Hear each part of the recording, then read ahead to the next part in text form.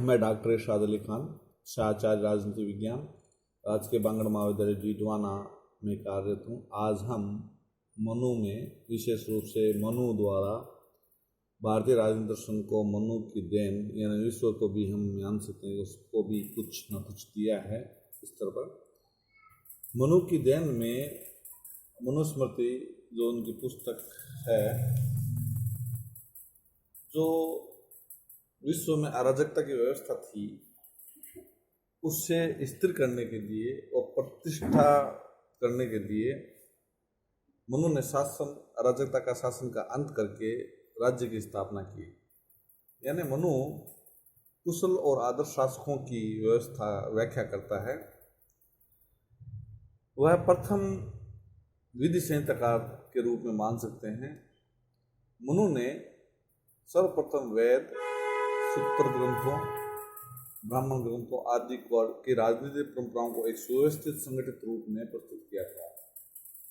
वैदिक परंपरा की बिखरी हुई विधियों को एक ग्रंथ के रूप में प्रस्तुत भी उन्होंने किया था। मनुस्मृति को वैदिक परंपरा का ग्रंथ भी कहा जा सकता है।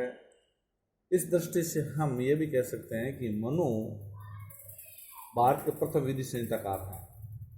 उन्होंने कानून, न्याय, दंड व्यवस्था, अपराध इत्यादि की व्याख्या की। उन्होंने विशेष रूप से विधि के 4 स्रोत माने थे, जिसमें वेद है, स्मृति है, सदाचार है, आत्मतुष्टि है। यानी प्राचीन और मध्यकाल के राज्यों, हिंदू राज्यों में विधि के लिए, न्याय और दंड व्यवस्था के लिए मनुस्मृति पर ही आधारित थी, जिसका महत्व बहुत था। वे प्रथम राजनीतिक के शास्त्री भी थे।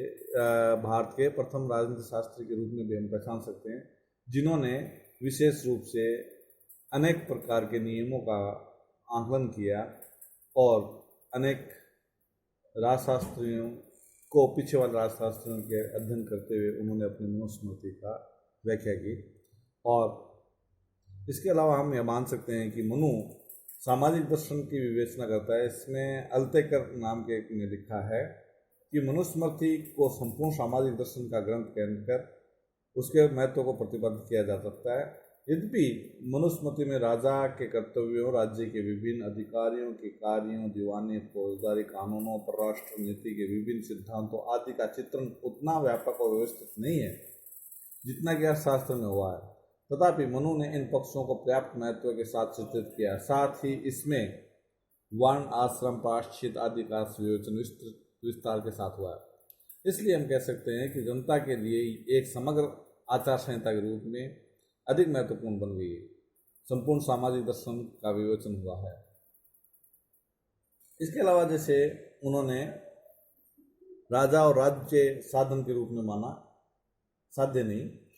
यानी मनु कहता है कि राज्य की उत्पत्ति यानी राजा की उत्पत्ति देवों से हुई, यानी आठ देवों के मिश्रण से राजा की उत्पत्ति हुई। यानी वो एक पवित्र नैतिक संस्था है। दोनों संस्थाओं को सर्वोपरि, पूर्ण सर्वोच्च अथवा स्वयं में साध्य नहीं माना है, अपितु वह इन्हीं निश्चित आदर्श उद्देश्यों और साध्यों की प्राप्ति के लिए साधन मात्र है। यानी कि राज्य की उत्पत्ति है। यानी सप्तांग जो सिद्धांत दिया है उसमें राजा को सबसे ऊपर स्थान दिया है, परंतु उसे स्वेच्छाचारी शक्ति प्रदान नहीं की गई है। इसलिए आज भी हम मान सकते हैं कि राजा जो है, चाहे वो राष्ट्रपति हो, उसे स्वेच्छाचारी नहीं बनाया गया है।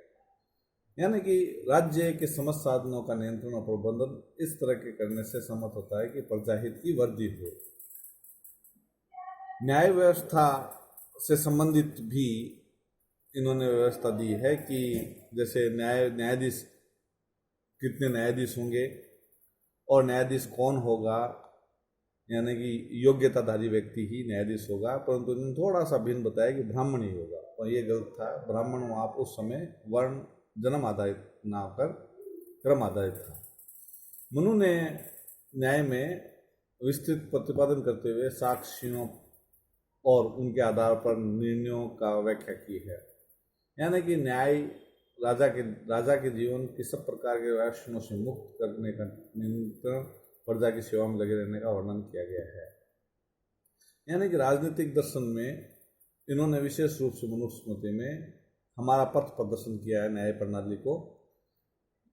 स्वधर्म पालन के लिए भी धर्म का पालन यानी धार्मिक विचारों के बारे में भी हम ये कह सकते हैं कि मानव मात्र के कर्तव्यों में स्वधर्म का पालन पर बल देता है, यानी कि जो वर्ण आधारित और आश्रम आधारित है उनके आधार पर कार्य करेगा। राजा का कर्तव्य भी यह है कि प्रजा पालन, अपराध नियंत्रित करना और प्रजा को सुखी रखना है। मनुस्मृति में यानी कि व्यवहार के और नैतिकता से युक्त तो है ही है, उसके साथ में यथार्थवादी भी है मनुस्मृति। इसमें इन्होंने धर्मतंत्र राज्य नहीं कहकर उसे धर्म से संबंधित उसकी धारणा के अंतर्गत ही संकीर्णता नहीं है और धर्म पर आधारित राज्य को नैतिक स्वरूप प्रदान करने का प्रयास किया है। पुराणों के प्रथम मानव मनु भारतीय राजदर्शन के भी प्रथम और प्रमुख प्रकाश स्तंभ है, जिससे आज भी राजनीति और सामाजिक जीवन के क्षेत्र में हमें मार्गदर्शन मिलता रहता है। प्रशासनिक व्यवस्था के संदर्भ में भी उसने अलग अलग कर्मचारियों अधिकारियों की नियुक्ति की है। धार्मिक में हमें कह सकते हैं धर्म पर आधारित राज्य और स्थापित होगा, और आर्थिक विचारों के संदर्भ में कर से संबंधित है या व्यथा मुक्ति है, जो भी हमने पहले पढ़ा उसके आधार पर राजा और राजधर्म का भी है। यानी धर्म जो है ध धातु से बना है और उसका मूल स्वरूप धर्म है, और आज भी हम यही पढ़ते आते हैं। और उन्होंने धर्म से संबंधित जो बताया है वो समाज काल यानी कि वर्ण आश्रम राज्य यानी राजा से संबंधित है।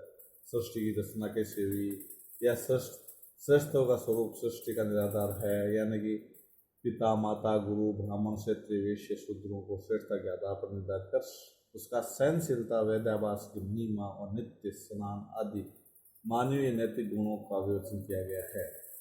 मंत्रिपरिषद के निर्माण के लिए भी इसने 7-8 मंत्रियों की व्याख्या की है कि 7-8 मंत्री हो, मंत्री की गोपनीयता हो और मंत्री जो बने वो सही हो।